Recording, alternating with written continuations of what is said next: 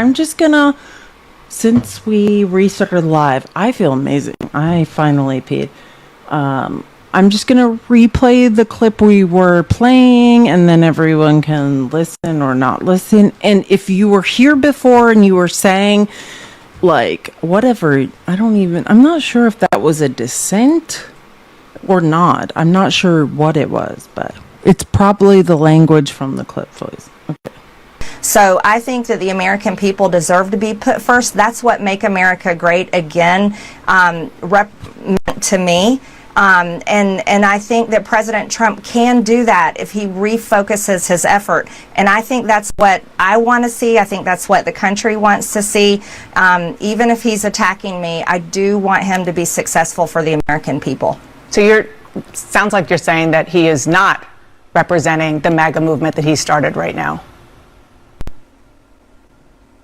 I can say that promoting H-1B visas to replace American jobs, bringing in 600,000 Chinese students to replace American students' opportunities in American colleges and universities, those are not America First positions.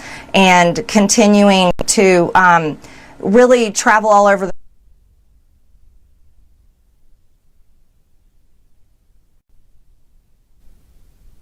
world doesn't help Americans back at home. I really, and I said this to him, and I will say it out loud, I would love to see Air Force One be parked and stay home, and there be nothing but a constant focus in the White House. He's back. Jesus Christ. Okay, so, you can't come up here and debate. Do you have another account you can talk on that can actually come and have a conversation? Not debate, but have a conversation? Because, wait, hold on. Wait, where? Am I looking at the wrong account? Nope. Yeah. You have 114 followers and you're not allowed. But aren't people with 100 followers allowed to debate now? I thought, did you get banned from debating or from having conversations? You're accountable to... He can't. That's what I'm asking him. I'm trying to ask him if he has a different account. He can't. I can't ask him to come up. Because he... Yeah, and not one word. I love how you came back, but don't you have a friend who has a TikTok account that can talk to people? And I think pretty much any amount of followers can have discussions on TikTok now. No, I'm not. I don't want opposition. I never take opposition. This man was saying child or whoever, I have no idea who that is, was saying idiotic things in the chat. And when people try to say things that I know are mathematically and factually untrue, I will invite them up so I can correct them. But yeah, he talked to me here. Yeah, I would say that too. What I'm going to do is not talk to you ever again. Okay. Yeah, no, I don't know. His name is Holiday Kid. He's not allowed to speak to people. When and if you have a big boy account that can I blocked him. He was saying things that were very incendiary and very incorrect that could be easily disputed. And then he wanted me to talk to him from the comments. He got blocked. But I'm sure you have another account you can come back on. Maybe that account you could come up here, because I'm not debating your silent idiocy, like not doing your work for you, weirdo. And you posted on X that President Trump is, with his comments, fueling a, quote, hotbed of threats against you. Obviously, any threats to your safety are completely unacceptable. But we have seen these kinds of attacks or criticism from the president at other people. It's not new. And with respect, I haven't heard you speak out about it until it was directed at you. and I just want to clarify, like, on previous interviews, she said, like, I fear for my life. Like, I've been contacted by private security firms telling me I need to be scared for my life, which I'm not saying I believe that is legitimate. I have had the force with, let me be clear, the ignorance and the force with ignorant MAGA come at people with, yeah, you should be scared for your safety. But yeah, here's the issue. Where were you, weirdo? Like, when every single person's safety was put in jeopardy and you were like, yeah, that person should be unalive. That's my problem with her, is you cheered on T-ism against everyone else, and now you're like, oh, I don't know what's happening. I'm so scared for myself.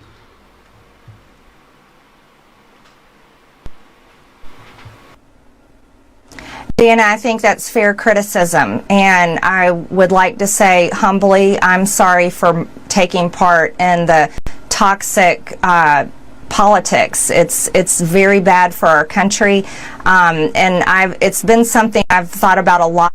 So again, and this will be my thesis statement for anybody that ever says, oh, the new Attorney General of Virginia is a bad person.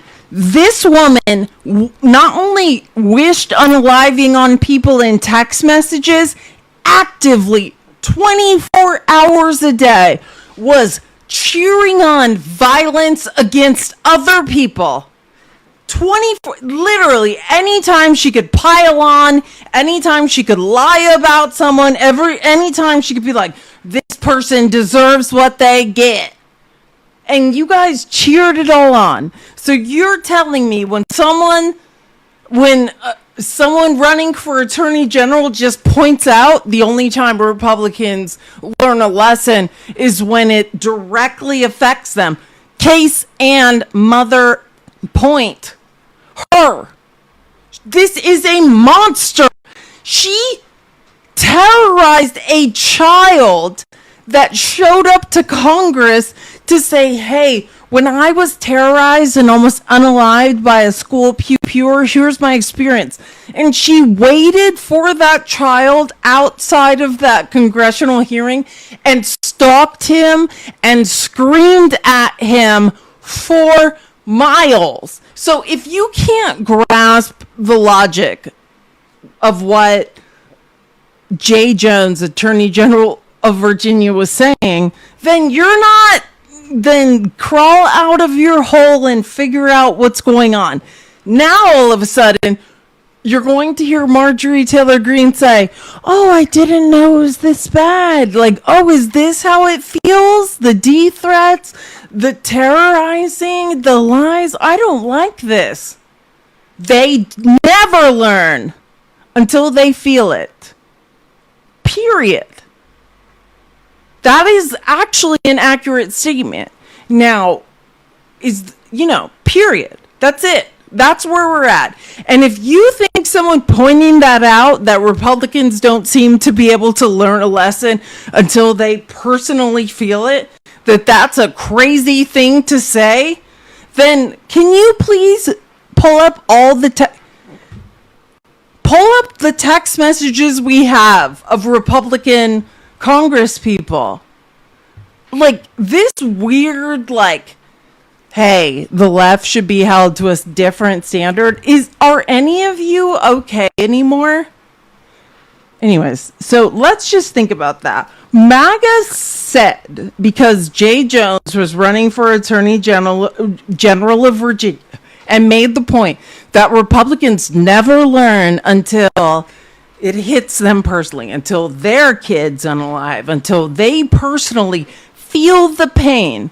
That is absolutely my experience with Republicans. And then they'll be like, oh my God, I didn't know this was how it felt. Yeah, weirdo, this is how it feels. And that's my point. Like Brett Cross, we all know Brett Cross. We love him.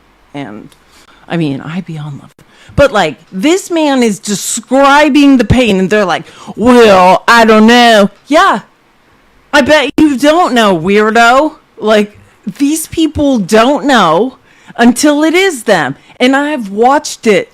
I could give you time. Watch Brett Cross's live. If you can hear someone describe how their child's body was literally barely attached, like the top from the bottom, except for shreds of skin, and they had to pack it with plastic wrap so that it would look like a body for the funeral. And your answer is 2A, brother. I support 2A. Then what Jay Jones, the current AG of Virginia, said is these people do not learn until they lose a child. That is factually my experience online. That's my experience. If you can listen to Brett Cross tell his story of his child unaliving in Uvalde, and I watch his lives all the time. I love him. And sit there and be like, 2A, brother. Then you have proved Jay Jones's point, is until it directly happens to you, you don't care. Where is Brett? Can someone text Brett and see if he's available? I'm sure he could speak to that Can someone message Brett and see if he's available? Because I'm sure he would have a lot to say about that.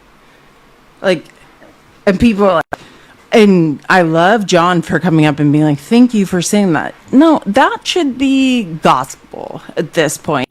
And I'm not speaking about the electorate that is not on the internet, but us here on political TikTok, that is a truth.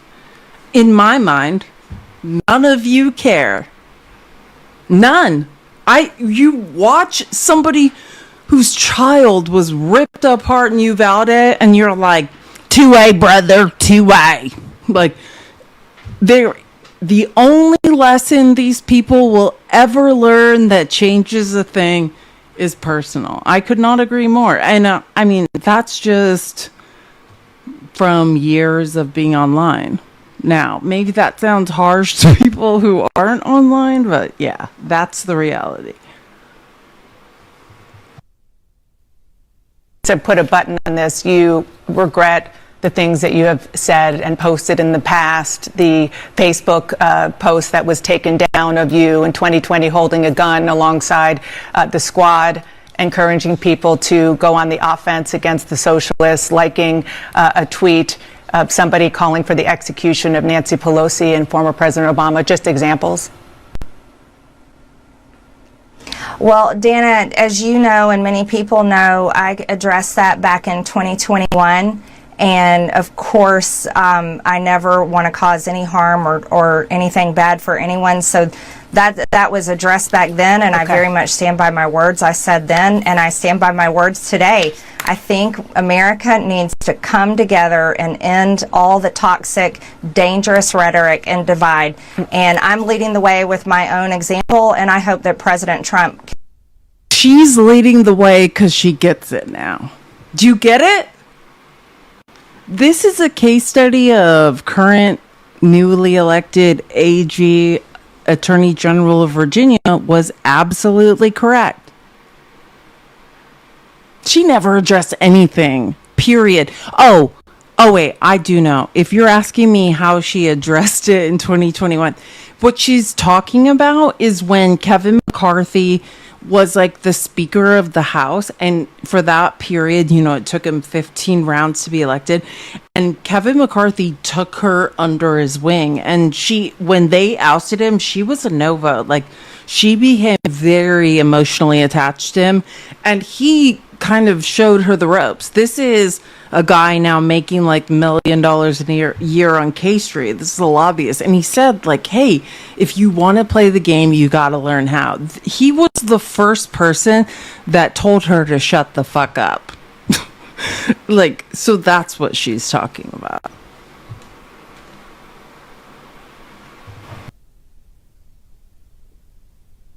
Ask you about something you posted just yesterday on X. You questioned who and what country is putting so much pressure on Trump to keep the Epstein files hidden. And you included a picture about donations from pro-Israel lobbying group AIPAC. What are you trying to say there?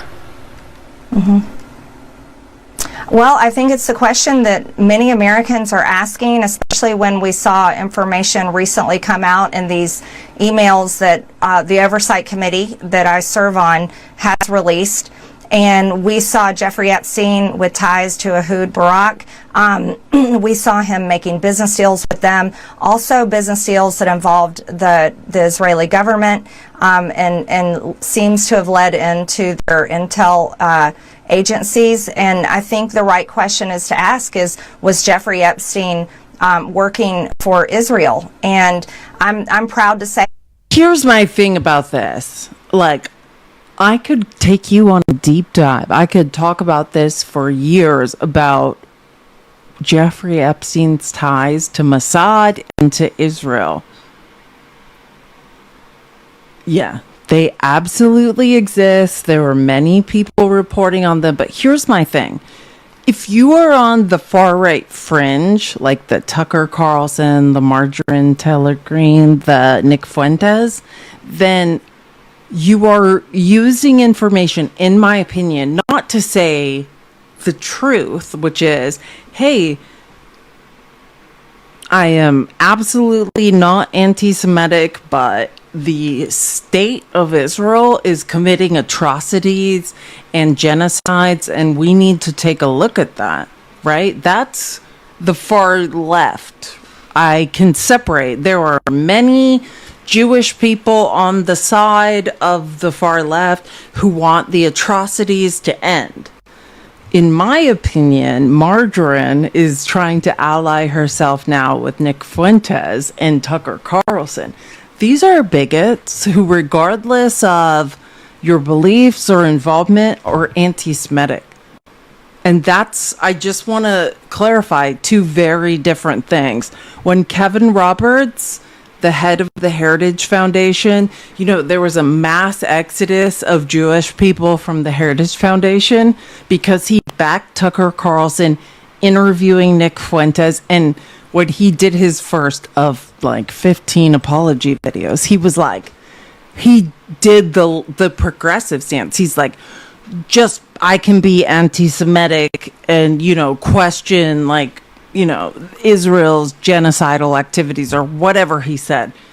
But that's not what they're doing. These are anti-Semites, period.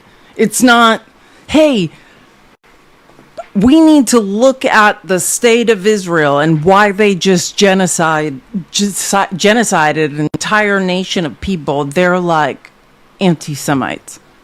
So we have to make a very deep distinction between the two, because it's going to seem like the far left and the far right are aligning, and we are not aligning. Like, we are not you are not us, nor should we ever mistake each other for the two.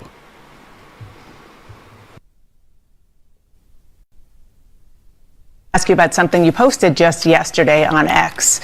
You questioned who and what country is putting so much pressure on Trump to keep the Epstein files hidden. And you included a picture about donations from pro-Israel lobbying group AIPAC. What are you trying to say there?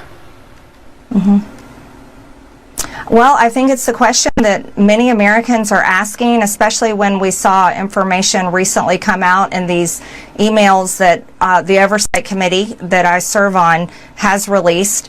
And we saw Jeffrey Epstein with ties to Ehud Barak. We saw him making business deals with them, also business deals that involved the Israeli government, and seems to have led into their intel agencies. And I think the right question is to ask is, was Jeffrey Epstein working for Israel? And I'm proud to say I don't take money from AIPAC. I don't take money from any special group of people. I'm just representing my district and the American people. And so that's what I was referring Just the bigots. to. I just want to be clear. Are you saying Israel is pushing the President of the United States to cover up the Epstein files? And what evidence do you have that that is the case? I simply just asked out loud, is there a foreign government? It could be any foreign government, but is a foreign government pushing to keep this covered up? Because And if you don't know, I think I put her name. What's her name? Oh my God, I'm not going to remember it. There's a woman on TikTok, like fully investigating all. Her name's Becca something. And like, yeah, there were absolutely ties to Epstein and Mossad and the Israeli government.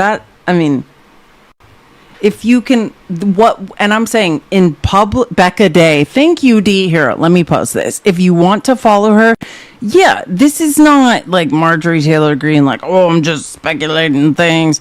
There are very reliable people. Yeah, if you have not followed Becca Day, follow her, and like every name you just heard Marjorie Taylor Greene utter, she will tie it all together for you. Like, yeah. Absolutely, that's true.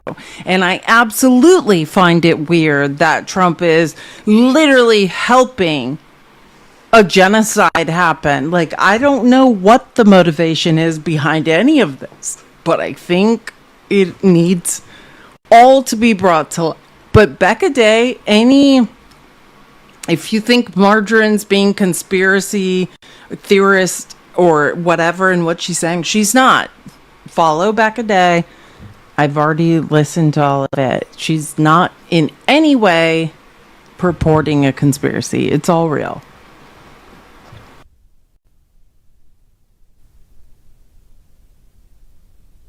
You're talking about lowering the rhetoric, which is important for everybody to hear from you and all of our elected officials.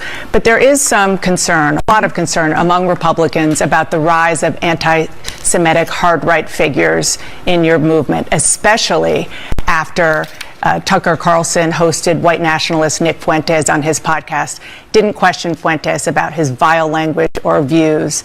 You did speak at a conference hosted by Fuentes back in 2022. You were criticized, and you said then that you didn't know about his views. Well, Fuentes talked to Carlson about that in the interview. Listen to what he said. Well, again, with Marjorie, I was a friend of hers, and she spoke at my conference, and then the day after, she pretended like she didn't know me. She pretended like she didn't know me and lied and said I had no idea the conference I was speaking at. She knew exactly what it was. What do you say to that?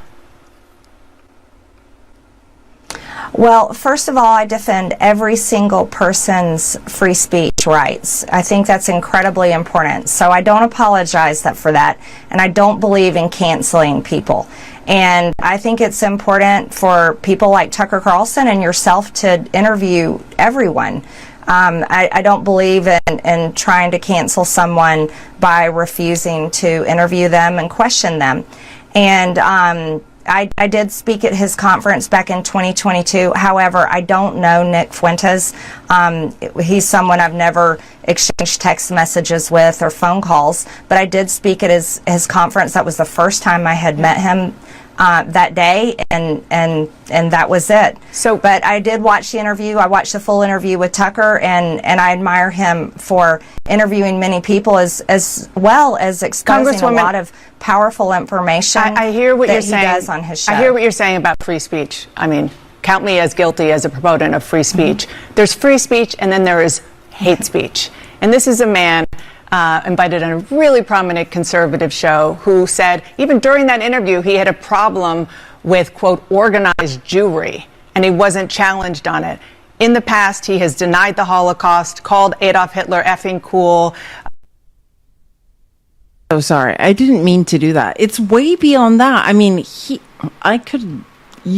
every day it gets worse. Now that Tucker Carlson empowered him and being like, let me just be clear. This is what I'm saying. This is the reason that Trump creating a power vacuum, going and starting a war because he feels insecure and wants to distract from the Epstein files is a problem. If there's any lesson we've learned in America, you start a war, you displace a dictator, you create a power vacuum. A power vacuum that creates problems for a century to come. And that is what, when Charlie Kirk got unalived, this is the power vacuum on the right. And Nick Fuentes all of a sudden is like, I'm here. I'm the right flank. And whatever you heard Dana Bash just say is 8,000 times worse than what I've heard him say, because I monitor him like I used to monitor Steve Bannon. This kid is a monster. Literally. I hear what you're saying. Does on his show. I hear what you're saying about free speech. I mean, count me as guilty as a proponent of free speech. Mm-hmm. There's free speech, and then there is hate speech. And this is a man invited on a really prominent conservative show who said, even during that interview, he had a problem with, quote, organized Jewry, and he wasn't challenged on it. In the past, he has denied the Holocaust, called Adolf Hitler effing cool, talked about the fact that he thought Jim Crow was just fine, and on and on. So again, there's free speech, and then there's just hateful language and sentiments. Well, Dana, again, I told you on this interview that I'm committed to ending the toxic politics, and I think I don't want to have anything to do with it. You should have Nick Fuentes on your show, and you could ask him questions about that. I myself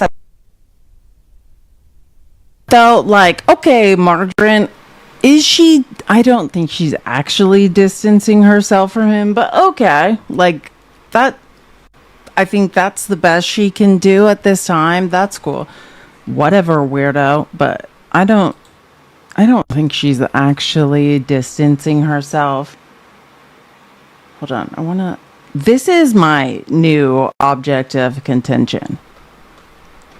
This was released, as I said, on Friday night aboard Air Force One. Like this, I'm not reading this all. Basically, Trump's like, I changed my mind.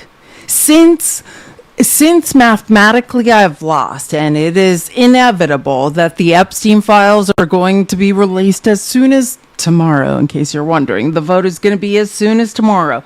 Now, I would like to make a large statement to say I wasn't trying for them not to be released. I actually want them to be released. I 100% want them to be released. Everyone release them.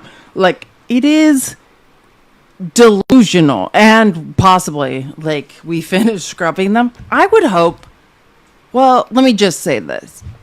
As someone who comes from the tech industry, if they scrub them, then whenever Trump leaves office, that will be detectable. There's no actions you can digitally take to scrub data that won't later be detectable. So, I mean, I've thought about that too, but honestly, whatever. If he did, we'll know after the fact. Like, it's idiotic. There are lawyers out there who worked on this case that probably have copies of these emails. But anyway, so I want everyone to picture in their minds, this man literally fought against this. He threatened all day yesterday. He threatened her, like shamed her, shit on her. That he's like, just kidding. I want the Epstein files released. And I know everyone's thinking, why? It's because in a narcissist mind, my mother does the same thing all the time. Like, they have to win. So they're like fighting against something they know will incriminate them. And when they know it's coming, they're like, just kidding. I want this too. So like, because in their mind, they're like, I'm God. God's never wrong. God makes every decision that's right. So like, I've got to be on the, Trump is freaking out. And let me show you a couple, I want to talk about this because we've been talking about a lot of things, but there's this clip of Stuart Stevens that's today that was like, has been literally playing on my mind this entire time. Because I was like, this is so. And if you don't know who Stuart Stevens is, he works for the Lincoln Project. He's a political strategist who's absolutely brilliant. And I was like, he said this, and I was like, nailed it. This is Donald Trump we're talking about. This is a guy that talks in public about dating his daughter. And yet there's something in the Epstein files that is so threatening to him that he has put the full power of the government behind trying to block it, that a dead man adjourned Congress for weeks. I mean, it just doesn't make sense unless there's something in there that is devastating. And the bar for devastating for Trump. Pointing out, I said that all last week. Why would a man spend all his social and political capital on something that there was nothing he feared inside? I did say that over and over. This is a guy who has survived stuff that any sort of normal politician for a party that had any sense of decency would not have been able to survive. Mm-hmm. And I think what we're seeing here is this absolute desperate sort of animal instinct that Trump has, that he has to save himself. And his voters overwhelmingly want to see the files released, Stuart. I mean, this includes his own supporters.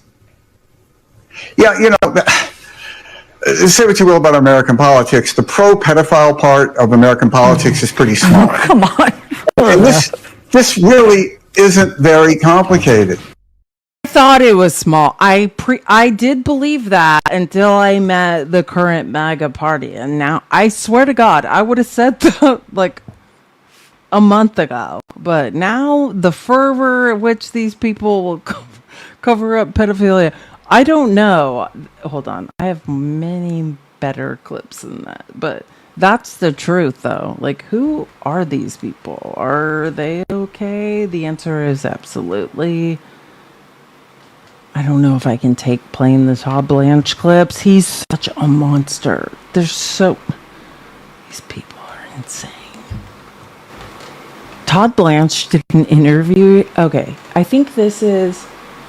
Actually, I don't know if I need to. I want to... Okay, yeah, Chris Coons, isn't it? Here we go. I'm going to play this because I think this encompasses my issues.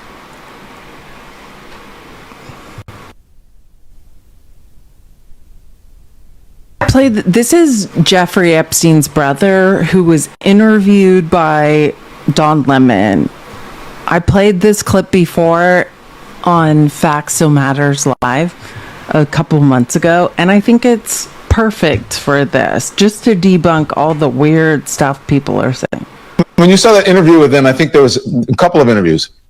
The one thing with Maria Bartiromo, where they sat down, and I mean, they were glum, and they're saying, there's nothing there. I would be honest with you, there's nothing there. After years and years of pushing, and also calling this somehow a Democrat, according to them, conspiracy theory, and that somehow the Democrats were involved in your brother's death. I don't think the Democrats... Look at it this way. Bill Barr, when he came out with that ridiculous statement, he was the Attorney General. You know, who did he... Look, if Jeffrey was murdered, which I believe he was, somebody did it. So the people who are coming out with these ridiculous statements, I think, are covering up for somebody, right? So who are they covering up for? You know, Bill Barr worked for the President of the United States. Kash Patel works for the President of the United States. Pam Bondi works for the President of the United States. Maybe someone should ask him what he knows. Who do you think they're covering up for? Who do they all work for? They all work for Donald Trump. Well, like I said in another interview, I wouldn't be surprised. You wouldn't be surprised if Donald Trump was behind your brother's death? Are you saying that Donald Trump had your brother murdered, do you believe? I'm not saying that. I'm saying if that's what it was, I wouldn't be surprised. We know that Jeffrey had dirt on Donald Trump. We know that. That's a fact. Because he said in 2016 with the election that if he said what he knew, they'd have to cancel the election. He didn't tell me what he knew, but that's what he said. And I've been public about that before. That shouldn't come as a shock. Dirt like what? Dirt about what? Of course, Steve Bannon said that the only person he feared for Donald Trump's sake was Jeffrey Epstein. Why? What do you think? Jeffrey was going to beat him up? No, it's because of what Jeffrey knew. And what did Jeffrey know? Well, I don't know. He didn't tell me what he knew, but he said if he said what he knew, they'd have to cancel the election. That's a direct. And yeah, that is a direct quote. And it was to more than one person. And let me show you something. If you want more information, because the actual transcripts have come out and they are disgusting AF. It's probably not what you're expecting. Steve Bannon, right? He was terrified that Epstein, because he was one of the lead political advisors on Trump's first political campaign. And this is a Guardian article that came out on Saturday. Trust me, if you want to understand how disgusting Steve Bannon is and how he's covering up a bunch of shit, read this article. Steve Bannon advised Jeffrey Epstein for years on how to rehab his, and I mean, Jeffrey Epstein is like, I could take you through this, but I don't have it in me as a survivor of SA. I do have the entire interview. And he's like, oh, and Epstein's like, no, they're saying I did this to little girls. And Steve Bannon's like, here's how you spin that. Read this, MAGA, if any of you are listening. This is the most thing on earth. It is a transcript of Steve Bannon for years advising Jeffrey Epstein on how to get around being a child trafficker. This is an article from The Guardian. You can screenshot this. This is the title. Well, they should believe it because it's literally... If it's not true, sue The Guardian. It's absolutely true. Or there'd be a lawsuit filed. This is true, and it is disgusting. Hundreds of texts over almost a year show MAGA influencer Steve Bannon and convicted S-offender Jeffrey Epstein workshopping legal and media strategies. MAGA, wait a minute. I thought you cared about the kids. Why would your Lord and Savior, Steve Bannon, be strategizing with a kid abuser on how to cover it up? That seems super strange. The texts released by the House Oversight Committee on Wednesday show that as early as June 2018, the pair were devising responses to the gathering storm of public outrage about Epstein's criminal history, his favorable treatment of the justice system, and his friendships with powerful figures in the business, politics, and academia. This is why, right? Bannon knew who Jeffrey Epstein was, what he had on Trump, and was still, after the fact, managing him, in my opinion. Bannon conspiratorially described the renewed scrutiny of Epstein as sophisticated op. And over time, he counseled Epstein in his adversarial responses to media outlets, the justice system, and his victims. Steve Bannon, up until Epstein's death, was advising Epstein on how to manage the children he had assaulted. All the while, both men were also strategizing how best to promote Bannon's right-wing populist agenda and the political fortunes its standard bearer, Donald Trump. In all of Epstein's messages, the identity of his correspondent is redacted, but Bannon's identity in the thread cited in this reporting is clear from contextual clues, including his documented activities at the time, detailed of his business and media pursuits. It's the same way all these people get caught, right? Like, I'll show you another example in a second, right? Details of his business and media pursuits and other disclosures. In one document, the sender's phone number is not redacted, and it is the same number linked to Bannon in a legal case against Trump advisor Roger Stone. Bannon did not respond to requests for comment when Elon Musk said earlier this year that Bannon is in the Epstein files. Bannon told The Independent he wanted a special investigator to look into all the Epstein documents.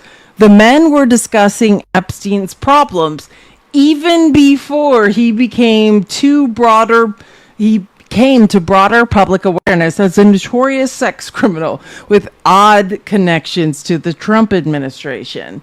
Bannon left. He didn't leave the Trump White House. He was fired.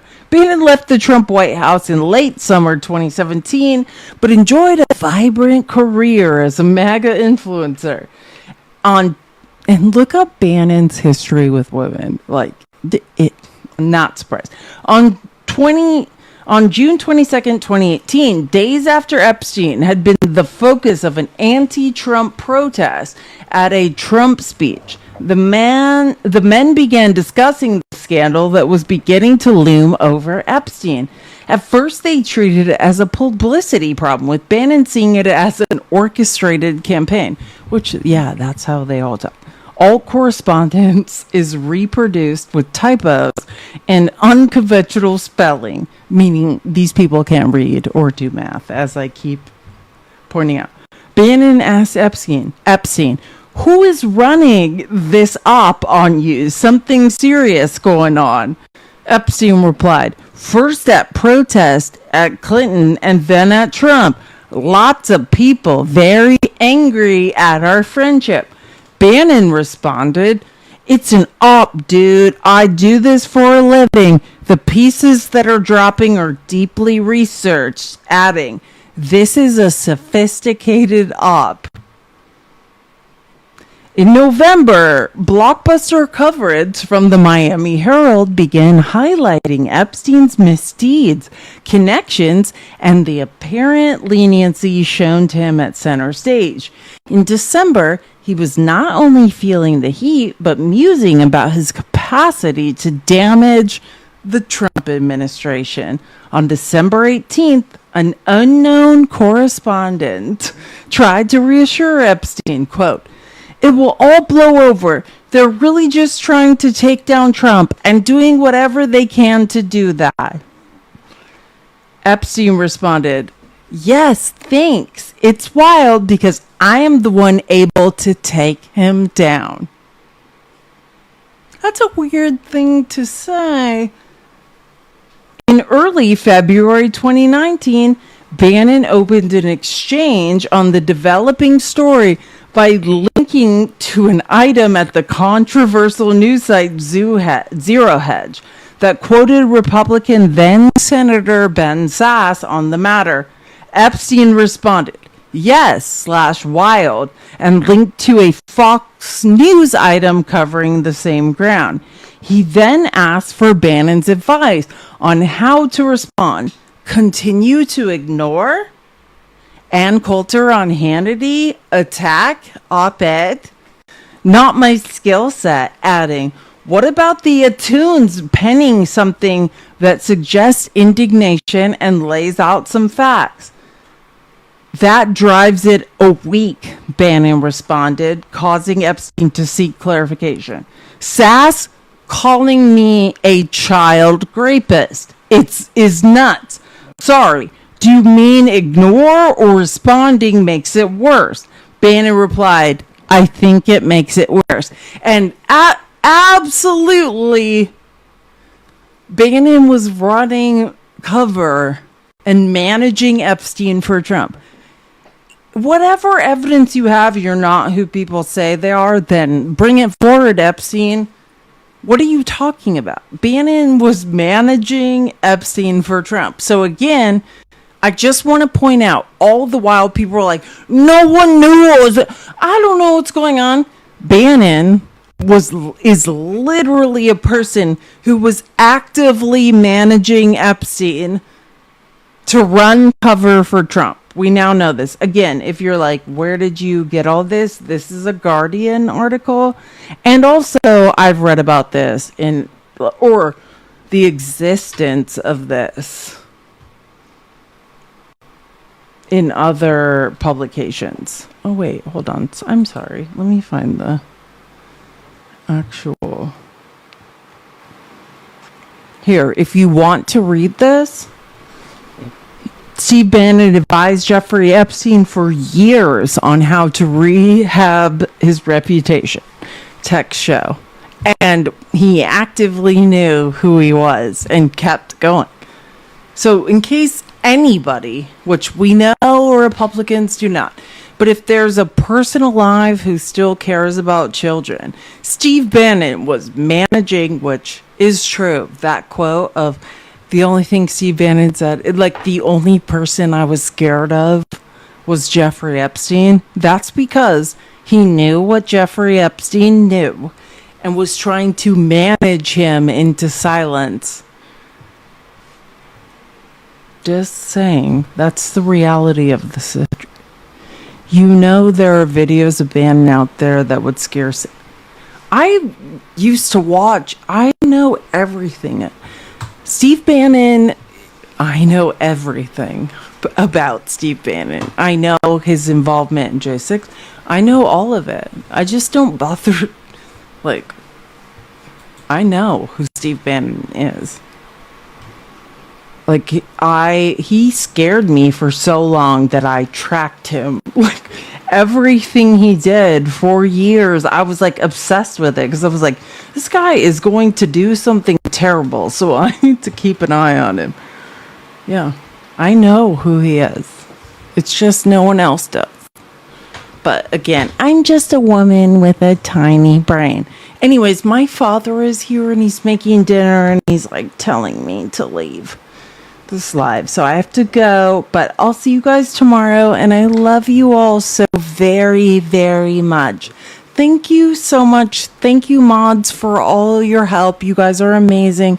I told you. Sorry, I was reading the YouTube chat. Thank you guys. I will see you guys tomorrow with more information. Later, Gator.